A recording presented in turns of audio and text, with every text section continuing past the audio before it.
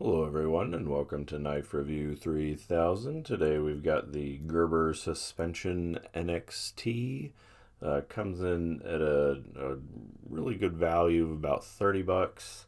And what you get for that is a uh, multi-tool. It's a 15-in-1 multi-tool, weighs in at 6.7 ounces, and again, it's a pretty good deal. So let's go over this guy. Obviously, comes with a pocket clip. Does not come with any kind of sheath or anything. They really mean it for you to go in the pocket. Some of the things they did was to lighten it up. They skeletonized it. Used a few little bits. Let's see, of plastic here and there. Just these two places, which gets it down to the 6.7 ounces, which isn't too bad for a multi-tool. Like the Leatherman, the Super Tool 300 comes in just under 10 ounces, so a good bit heavier. And you might be thinking it's a little too big to be in your pocket with a pocket clip, and for some people that might be true. And I thought at first that I wouldn't like it because of its size, but it's really not too bad. I've been carrying it for a little while, and really don't notice it that much. There are definitely pocket knives that are bigger than it. This cold steel pretty much covers it up, and is almost as heavy. So not too shabby as far as the size, really. I think you can get used to it pretty quick. So one couple of the good things about this guy, everything on it is accessible from the outside, and everything locks. So really, man, for 28 bucks or 30 bucks, that's a hell of a deal. Does have spring-loaded pliers, and wire cutters that are non-replaceable, but again, 30 bucks. What do you expect? It's not too bad. But have a nice spring to them. It's a little big for my hands. I wouldn't want to use these all day, but it's not too bad. If you've got really small hands, this might be a little big for you, but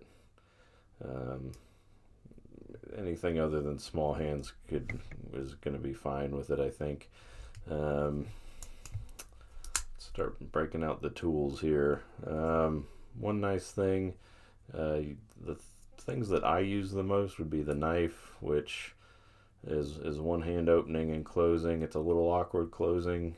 You've got to pull down on both sides of the lock and then push with your finger to get it closed. But you get used to it. It's not too bad. And then the other thing I use the most is the Phillips head, which you can also do one-handed fairly easily. And it's fairly long here. Let's see. I don't have my ruler with me. I do have this though. Let's see. Comes in at, let's see, about 1.5 inches or so. So that's not too bad. That's going to do most of what you need on a regular basis. So that's nice. You can get to the two most used things, well, that I use the most anyway, one-handed fairly easily. So other than the Phillips head on this side, you've got everything is with these nail nicks, which I'm not a huge fan of, but they work. They're fine. Got this awl. It's kind of an odd shape for an awl, but it's useful. Or if you're camping, it'd be good for getting a ferro rod, getting your fire started. And then you've got a screwdriver with measuring marks on there, and then a file on the other side of that. So that's what's on this side.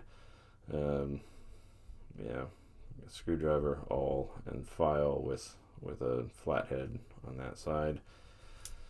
And then on the other side, you've got scissors, which are real nice. I've used them a few times. They work all right. They're not super great, but I've gotten through a few fairly thick packages, like blister packs, with them, and they actually work pretty good. They're kind of short, obviously, but it's better, definitely better than nothing on that.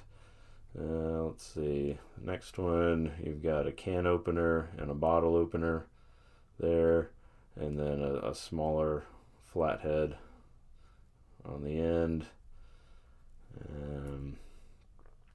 Here's I think that would be the medium flathead. There's a small, medium, large flathead. Be the medium, and then a wire stripper there, and then the blade, which is partially serrated blade. Not sure the steel on that. Probably doesn't matter too much. If they don't say it, then it's going to be 8 CR series or something.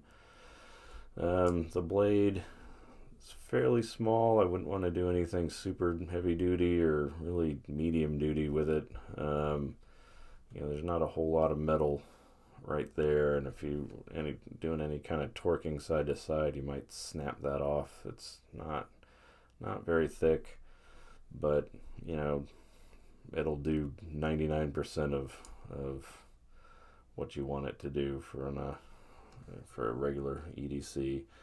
Like it has the little serrated mark there.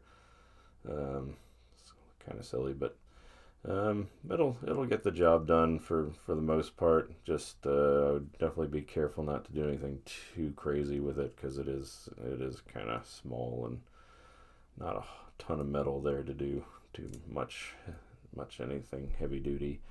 You've got a lanyard loop built in there, as you can see. If you want a lanyard loop, the pocket clip is one side. There's no moving it around. I thought there may have been, but you can see they've got it so it fits into the end there, and there's nowhere else to put it. So it is what it is there. So yeah, for $30, I think it's a hell of a deal, as long as you're okay with it, being in your pocket.